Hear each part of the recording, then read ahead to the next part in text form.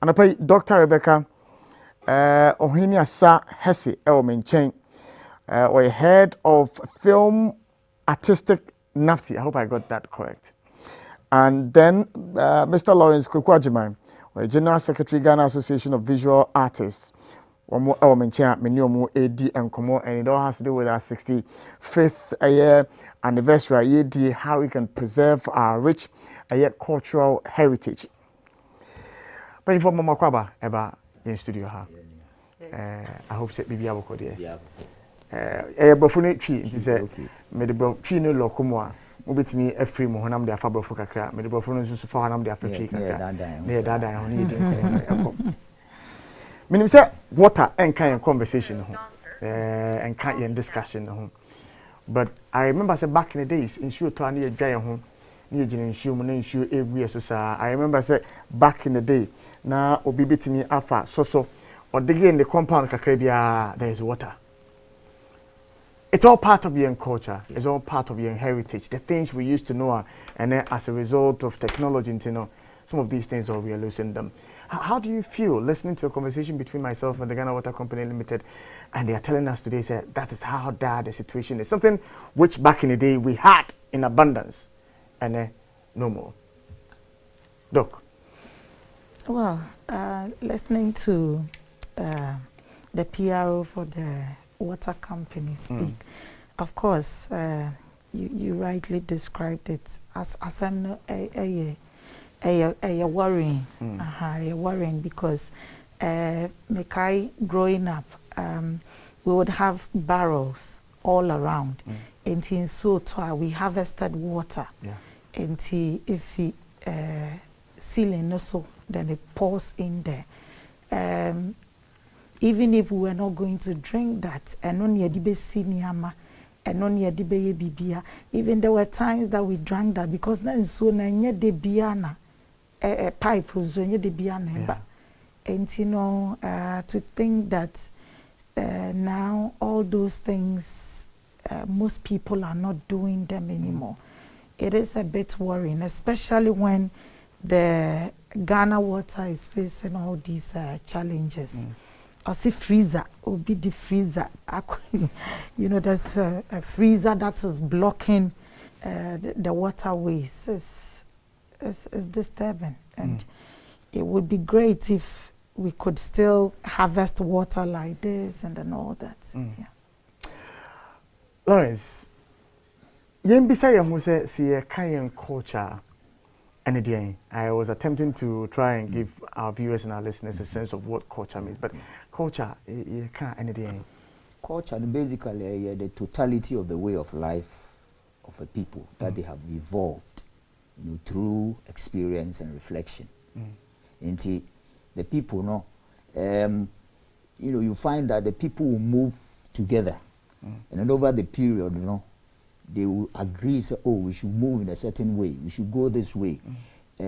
Kasa say, you know, we should do this, we should do that. And so over the years, you know, they evolve a certain culture, and then so that they can inhabit within a particular space. Because if you don't agree, you cannot inhabit in that space. There's a sense of agreement among the people that we should do this. This is what we should do. And that is how culture evolves. You should be to say respect for the elderly. It's one of our cultural values. You know, say you boo, and you're not only our elders. Ubia as obu ubia. You know, you don't only respect your elders, but then of course you should also respect your elders. Inti unam na ukoto penyibia as uchiano umpano hunko upano hukwa is a sense of disrespect. So, these are all cultural values. You know, you don't refer to an elderly person with his first name. You know, we have a certain title, auntie, uncle, sister. You know, these are all ways of expressing respect to our elderly. You know, and culture it evolves. You know, and of course, the entire regime is also culture. your kasa, your language, culture, your DNA, our culture. Everything that identifies a group of people, no, our culture. You know, we have tangible and intangible culture. If you go deeper, you know, the intangibles, so we are looking at songs. These are our culture. The tangibles, in Taria to say, Dokisheni, Batakari, these are tangible. Madia Miche, these are tangible. Culture, no, broad. Broad. I think the relevance in the culture, then fast war pan.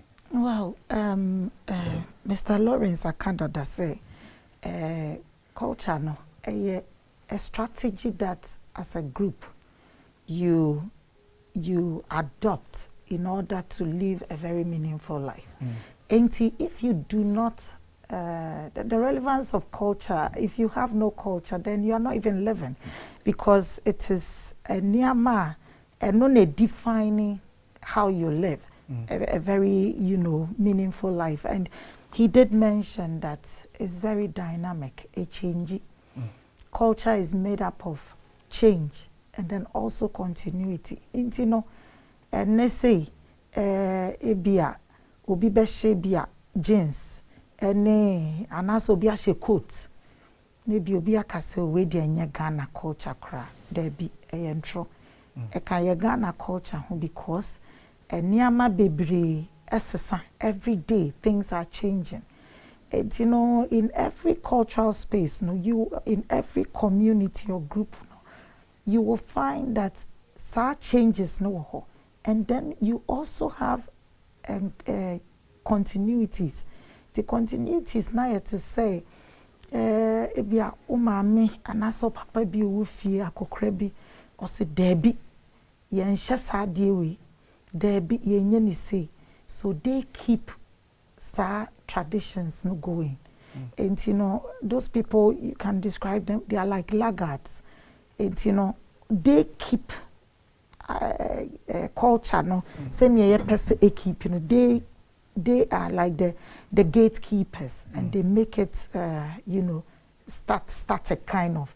But they are also innovators and crofua what to say, oh, African Americans some dresses say no their boss you are dear way or started social will be as oh adefe obekaya President Rollins na ya wo hye fugu na wa hye shirt wase traditionally, and as yes, when you go into the indigenous spaces where the smoke and the batakari is indigenous tonight, that's not how they wear it. But yes, and it's become very, it's become a Ghanaian culture. And you know, he's right. It changes. Culture is dynamic. It's interesting, sir. Ghanaian culture, seeing there are subgroups within Ghana, there are regions. If you break it down, even at the regional level, your tribes, your ethnic groups, and no money now. But any kase no man Ghana, I didn't even me kase.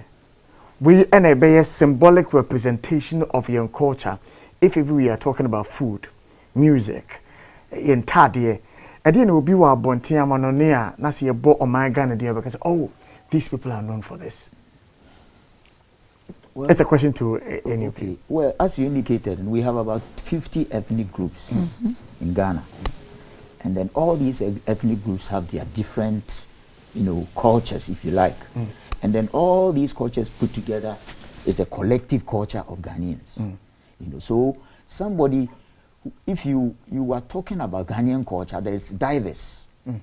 It's diverse. There's no one particular culture that you can say that is Ghanaian, because if you look at fugu, I love fugu, even though I don't have one now at the moment. What I bought has, I say, but I love fugu. I traveled to the north some time back, and immediately I got myself one. I wore it for some time. You know, Ebinum. Recently, the vice president, I think he paid a visit to Asantehene. He was in Kente. It was so beautiful. That is not his indigenous culture, if you like. But then because we are all living together in one space, and then we consider all these cultures collectively as Ghanaian culture. I think that is how it's supposed to be. There's no one culture that we can actually label as Ghanaian culture. Okay. Because we are living together. If we are living in a space where you have one ethnic group, then of course we can say that this or that is the culture of the people. But we are we have multiple cultures in Ghana. And so you can't label one. You can look at the collective whole. And so when we have festivals, when we have national festivals, as an occasion for us to showcase all these traditions. You have our kings coming from the north, they come on their horses, and it's a show of the culture of the Ghanaian. So you can say na anye you didn't come more issue was bit so culture and non static. More issue was so it evolves. We say dynamic. Me from terrain I'm very conversant with Nafti and more and no more. Over the period we have consistently heard so yen movie industry has been dominated by foreign content. And now here TV so and I see na telenovelas and kwa and gusuo and even your drama kwampo no yenye bibiem and yen playwright kwampo no yenye bibiem, and so foreigners na beji ye TV ni bibia e dia boso. But if it's dynamic and if it's evolving and the generation of today has a taste for that content, why do we cry? Why do we are we always frustrated that there isn't Ghanaian content on TV?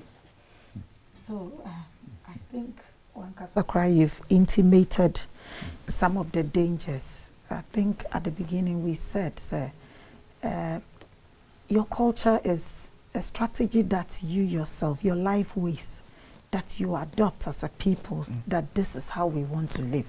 You have all agreed that this is how you want to live. Now, if you have a lot of foreign content flooding airwaves and then all that, and you do not have, I spoke about different things that happen within a cultural environment, change and continuity. If you do not have people who are gatekeepers, who are interested in propagating some of the things that we have agreed as our culture, then it becomes very dangerous.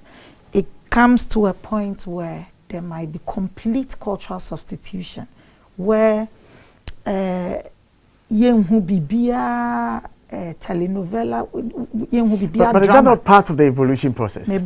Where we will not see anything Ghana 4D on TV, but and also you're problematic. It is important, say, even when it is changing, there are times that you would have incorporation or you have a fusion. Fusion is great, actually. Into what way, because you see how we live in a global world. Baby or baby, it affects us. Baby, or hassle, affecting crop.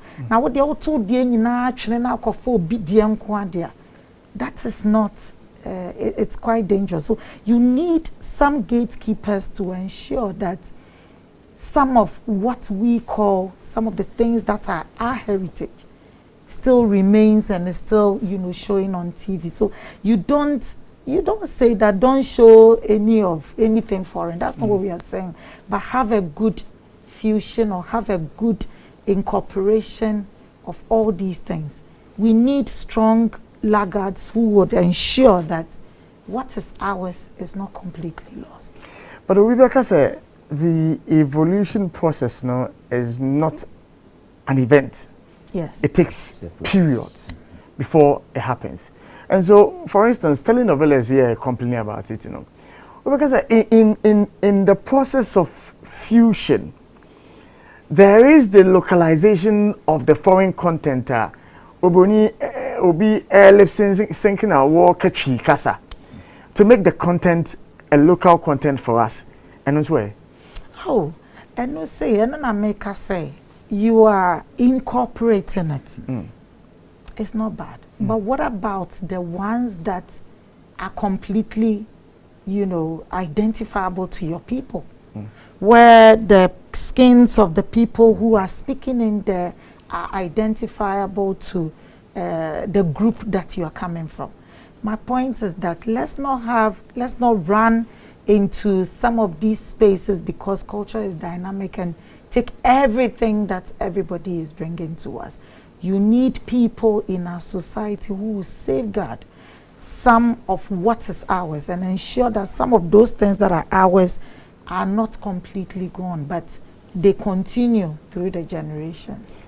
Who are these people that you talk about? Say, they should be the gatekeepers to ensure, say, your local content, your traditions, your any BBR, it stays preserved. Why are you hearing so bad? Say, you and me. You and me. I think that my sister has talked, and there's a thin line between, the world has become a global village. And so we are exposed to what is happening out there. But there's also a thin line between culture evolving and then preserving the elements that are, must be preserved, if you like. For instance, let me give you an example. In Nkatinkwan is a cultural, thing. Yeah. You can't change Nkatinkwan in any way. You understand? In the same way, there are certain cultural elements that must be preserved, because the danger is that if you are so focused on evolution, maybe we lose completely our identity. Because you cannot expect, say, you Kumasi, instead of serving me bifufu ni Nkatinkwan, over serving me pizza. I mean, you have completely moved away. As I continue open fufu and papa and wedi. You see, the same way there are certain cultural elements that that is what makes us typically Ghanaians. And so in spite of the fact that the world is becoming a global village, we are getting exposed to what is happening out there. There are certain things that makes us unique. It gives us a certain unique identity. Of course, we are wearing shoes, we are wearing jeans, but there are certain elements that wherever you go must set you apart, gives you a distinct identity. That this person is Ghanaian. When some of our people travel abroad, they go along with kente stores or something like that. In spite of what they may be dressed like an European, but the kente store alone gives you a certain identity as a Ghanaian, and you see that the people will be clamoring for, So, by all means, evolution will take place, but by all means, we must also make sure that we gatekeep some of the elements that we find distinct, that gives us that identity. Well, so I'll say your responsibility is here be gatekeepers in order to preserve your culture. No, maybe as Gava, as Nafti, more one of the means of preservation is through movies, means of preservation through music, means of preservation through historical books. I bet you a fire in history home. But and by the far side, I bet you stories. Any hobby, and a can drama nanka yenyano chikasemu yenyano ga yenyano other languages muzuno any hobby. Nyamiadum any your news kasiabo a watch chikasemu yegusa will be a one can kasemu any other languages more. But what is going to keep us remembering these things? No, any honum maybe say and you be a nafty anymore. No, and then I'm more here in that respect to say we don't lose out. It's very important. I have here Ghana culture policy, cultural policy. It was, it came out in 2004. Okay. When President Kufuor was then president, and then and so the policy, it was supposed to help preserve the culture of Ghana. Unfortunately, challenges here and there, it could not be implemented. As I'm speaking now, it's undergoing a review. Okay. And I'm sure that when it is done, at least we can start looking at how they can be implemented. It looks as when it comes to implementation, there are so many areas. It looks at film, it looks at the role of the chiefs, and a whole lot of things. Very comprehensive. So we believe that when it comes out, it can help. If the cultural policy was operational, we wouldn't have seen some of these things that we are experiencing there. Akan drama and all these, because these are all activities that preserve our cultural heritage. because these things are not there, these are policy issues, policy, you know, and policy also helps preserve some of these elements.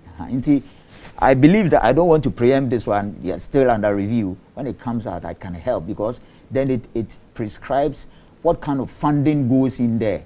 Because those people, I can tell you that one of the things that has prevented them from continuing with their productions is funding, you know, and the ministry itself is under-resourced.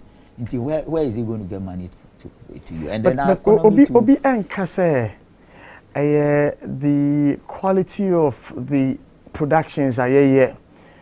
Because, for instance, we all have a taste for Netflix, but Netflix is not only focused on American products.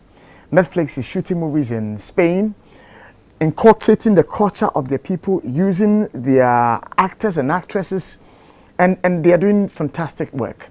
They've been to South Africa, they've been to other African continents, countries. Nigeria, for instance, they've done beautiful movies and series from there.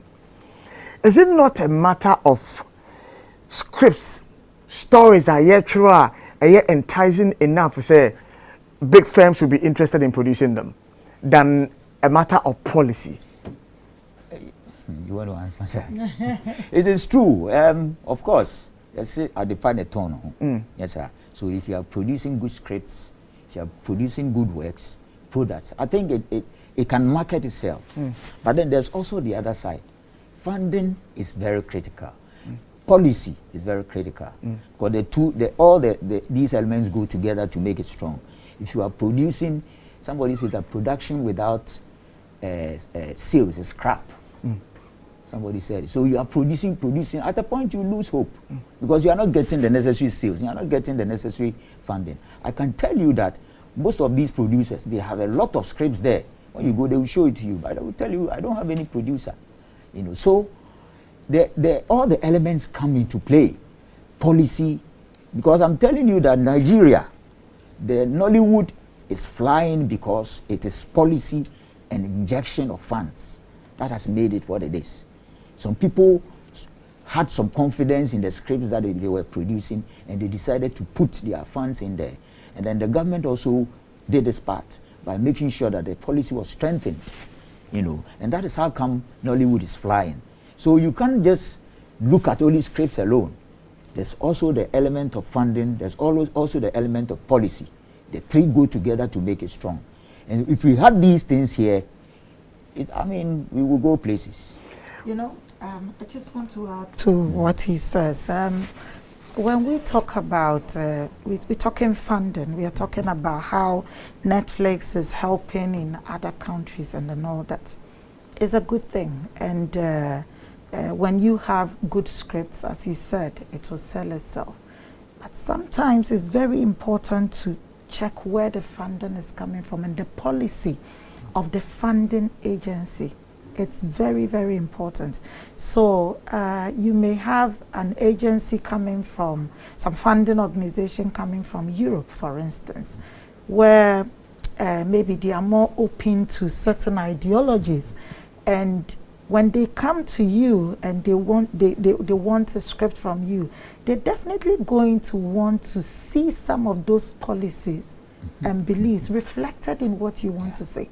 So at this point, if we as Ghana are interested in, you know, preserving our heritage, preserving things, elements in our culture that we think are important, it's very important for us to look at where the funding for such things are coming from.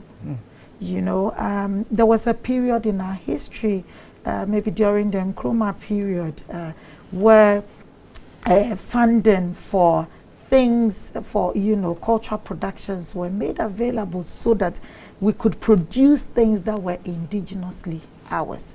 Because if you sit down for people to bring you fund from somewhere, they will tell you, put in this there, put that in there, put this in there, and you sit there and you claim that this is not our culture, this is not our culture, but you're taking their money, and their policy is to promote those things.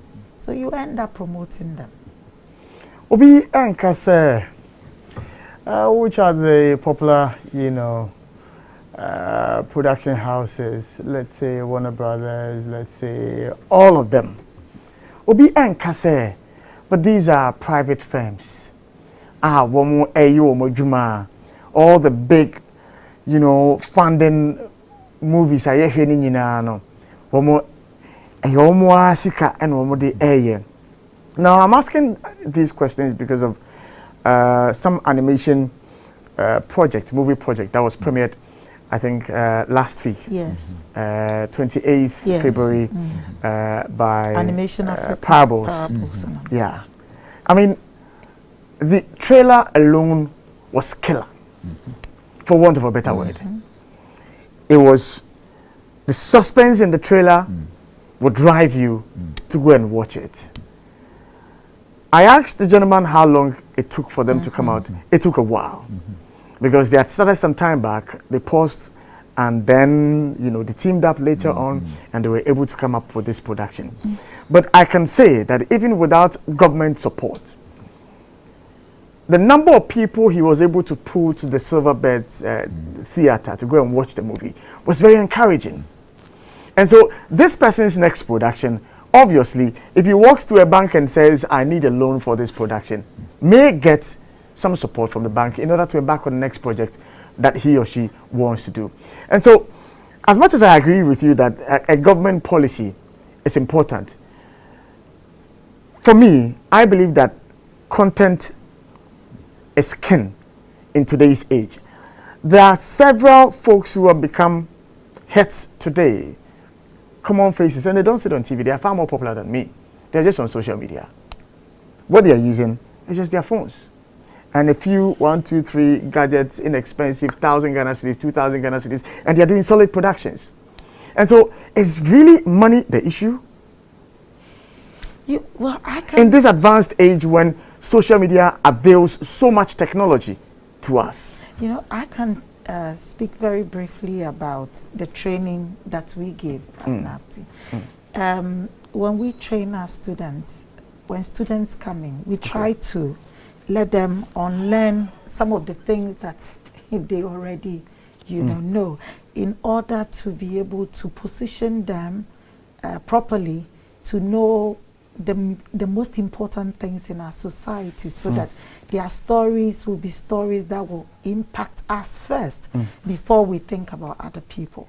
And so for us, that is what we try to do. When a student steps out after NAFTI, it's about what they will eat. So, we can't control that. But while they are in NAFTI, we try to direct them to themes that are of importance to, the African condition, who we are, our identity, our heritage. Those are the things that NAFTI we pride ourselves in. I mean, apart from that's the intellectual thing that we try to give to them. So that's what I can speak to. But when you step out, you're surviving, and if somebody brings you money, and it's about how you go about things. But we've had some of our students come out and they've produced marvelous things on their own, using these mobile phones and all that. You saw Calibos, Kofi Asamoah, started as a student where they were using all these very inexpensive, gadgets to produce things about who we are and all that. So we encourage that, because we do realize that the world is changing, and there's a way that you can use the things around you to do things that are important. So for me, that's what I can say about that. There was a time now when you were being Komo, and the person raised an issue of a succession plan, especially when it comes to your movie industry, and forgive me if I'm focusing on that, because that's where your expertise lies.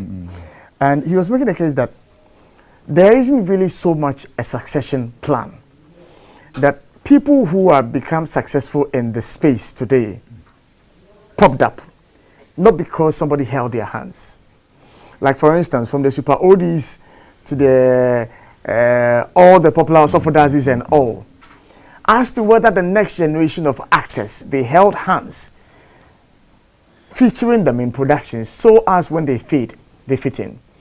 The John DeMellos, the Majid Michels and the Jackie Appiers and co, as to whether there is a succession plan for new faces that will fill in the gap when they are not there. Is there really a succession plan? Well, the issue is there a structure? Because a structure will provide the succession plan. There's no structure. Perhaps, maybe if you like for instance, a policy like the cultural policy would have provided such a structure. Where okay. Yeah, should to say workshops, where some of these people who have done so well will be invited to speak, and it's a way of also helping them to share their experiences, know that, oh, they did this to do that or that. And this just by way of responding to the earlier question, there's the gap of an entrepreneurial spirit. There's a gap, and that is how come a lot of people are not able to survive. Those people are the guy who actually premiered this film. He had lots of entrepreneurial spirit, and that is what has kept him going. Those who don't have it, they fall away along the way. So back to my response, the structure. If there's a structure, then we can have some of these things going. For now, there's that gap. There's no structure, so you can't have a situation where you can implement any such succession plan. So, but if you have something like that, where let's say you have a certain, if you like, school, for want of a word, a better word, where people who want to go to that line can go for training, to help them to hone their skills in those areas. I think that it will help, But for now, because there's an absence of structure, where do you go? If you look, even for instance, if you look at the media landscape, I'm not a media person, but I just want to use this one as an example. Tomianam Forsen, that icon, just when he was fading out of the media scene, I think he's still in a space. Yes, he's still. He formed a school, sort of. It's a way of Rabodev, if I remember. Yes, you see, it's a way of also, imparting the knowledge, the rich experience that he had acquired. So he is also helping in that line. But then you have a comprehensive structure. If you want to develop our industries, if you have a comprehensive structure that ensures that all the stakeholders in the space, those who are going into drama, they have a certain structure. If you come out of school, you go through this structure, you are trained. If you want to become an entrepreneur, you are trained, and then that kind of thing. The visual artists are there, those who are into film are there. A comprehensive structure, then we can have a comprehensive growth. Maybe this question, way the film arts industry, as for mine, who is say a business? Oh, as for mine, I mean, our view of that industry, do we see it as a business? Before you answer me, I'm asking this question on the back of the key financiers of businessmen in this country, banks. If I go to the bank now and I say I'm a car dealer, I have 5 cars at the port. If I remove them, I'm going to make profit of let's say so and so and so, and so I can pay your loan within 2 months. Bank says yes, we'll fund it. I want to go into real estate. I have the land. I can build 2-bedroom apartment. This is my projection. So and so. Bank says I'll fund it. But do these key financiers in our economy see your industry as business? So I can talk about film, for instance. Our industry had been scattered for a very long time until recently when we had the establishment of the National Film Authority, which I'm aware has been involved in a lot of, advocacy and, training programs, trying to get investors to understand what our industry is all about. It's still very new. I'm talking about the NFA. So the hope is that with all the work that they're trying to do, it is going to soon position us as a very strong, economic space where banks would feel more comfortable, engaging us. But in the past, it was a very private, enterprise, where if your uncle has some money, they give you some money, and then you use it. If you go to parts of Ukokumasi, near Deer, for instance, a lot of the producers may be on cassette. Obehu say sika wo film, and odini sika ne kwehye mu. Nti omo ankasa omo wo musika na omo use for sania maniti. Empire boy ebony say with this grouping, which is the NFA, abase ebeboa film industry, very soon it be start here when say we are good contenders, and sika no ne ye film na ye this kind beba. Mame emfa Oheneasah Lawrence in fact music kakra.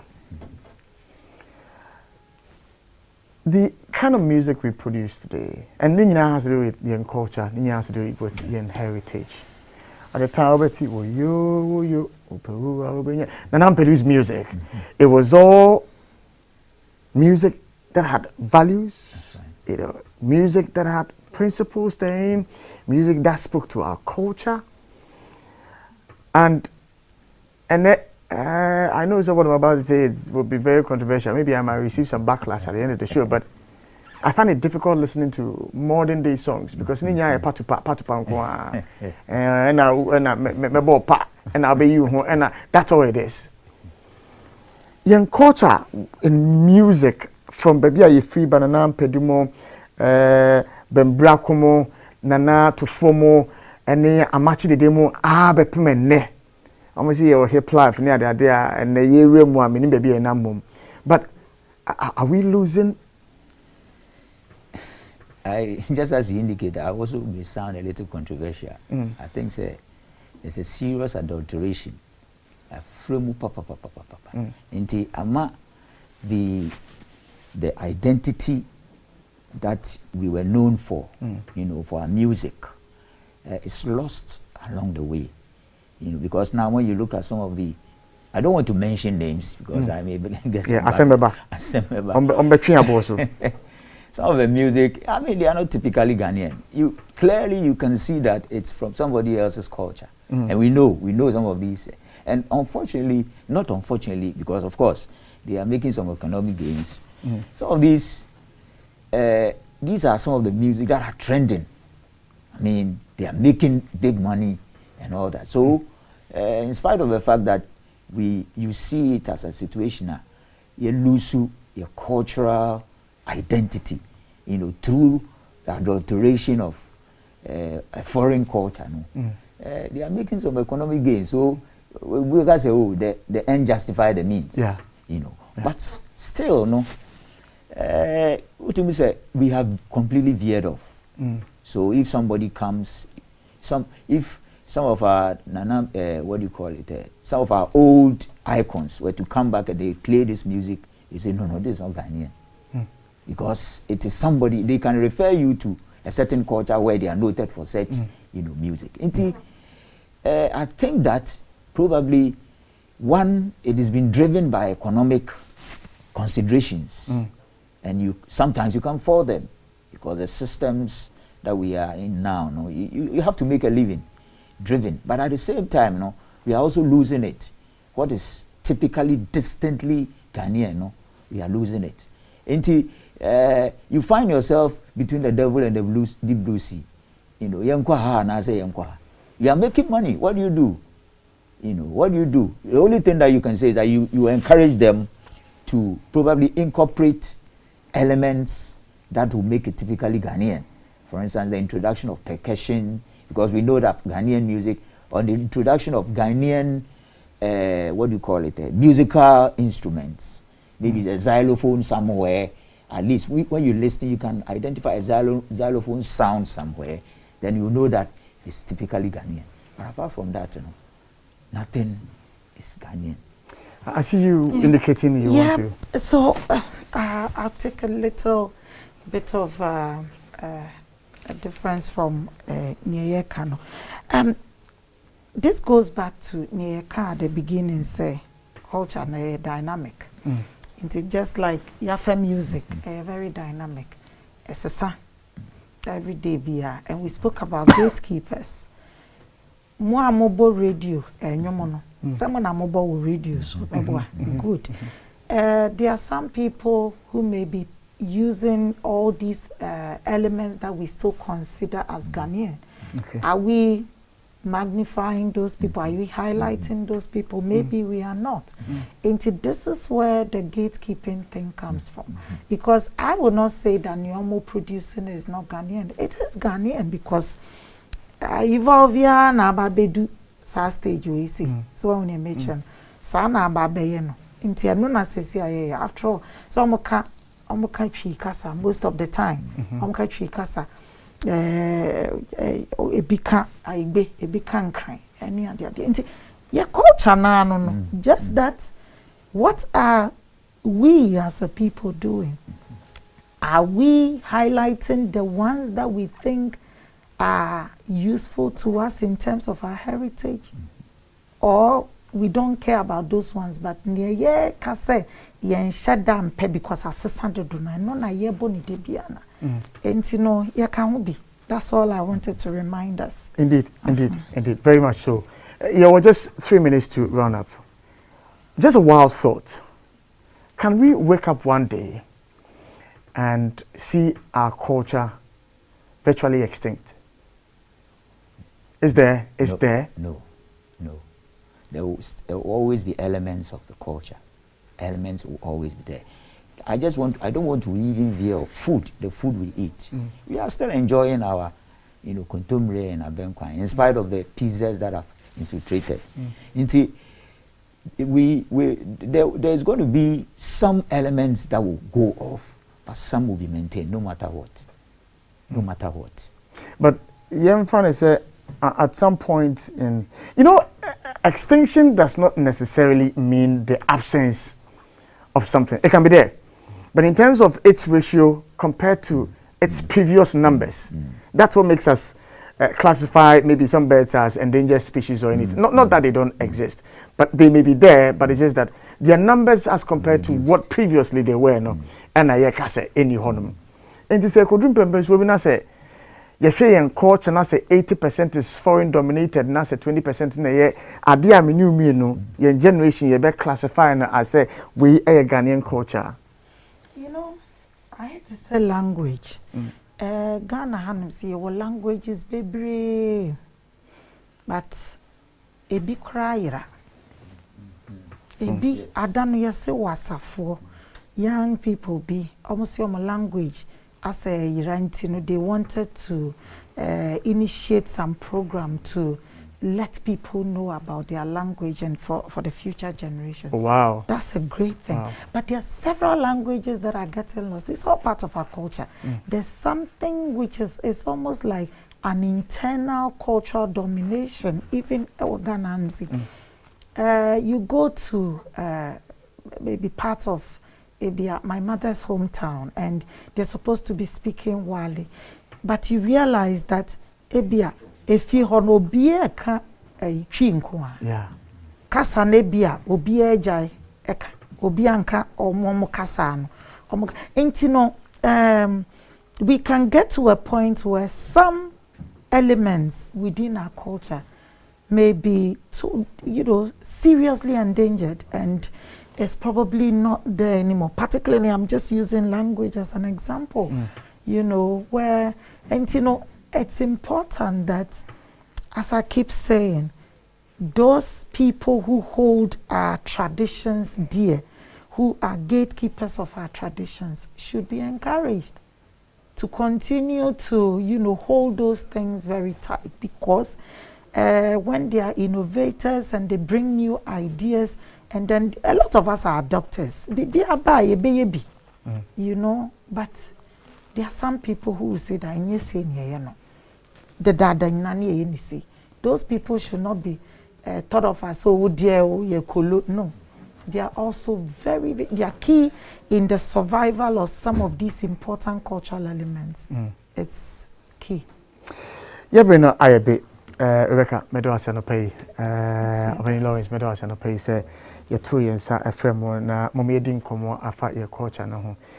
It will be on my will be difficult for us to fit in because it's in any woman. Enti ye nemu kakra omu twabo ene ensu twabo mu na ye nemu but madam wase anopai se to nsafo mu ba na edi nkomo anopai mene Dr. Rebecca Oheneasah Hesse and amene no edi nkomo head of film artistic NAFTI and Mr. Lawrence Kokwajima or General Secretary Ghana Association of Visual Artists and then ye ni omo edi nkomo 65 years on in culture in heritage are we doing enough to preserve it ye na ne ho ye ba ye nto ankomo twetwe ne so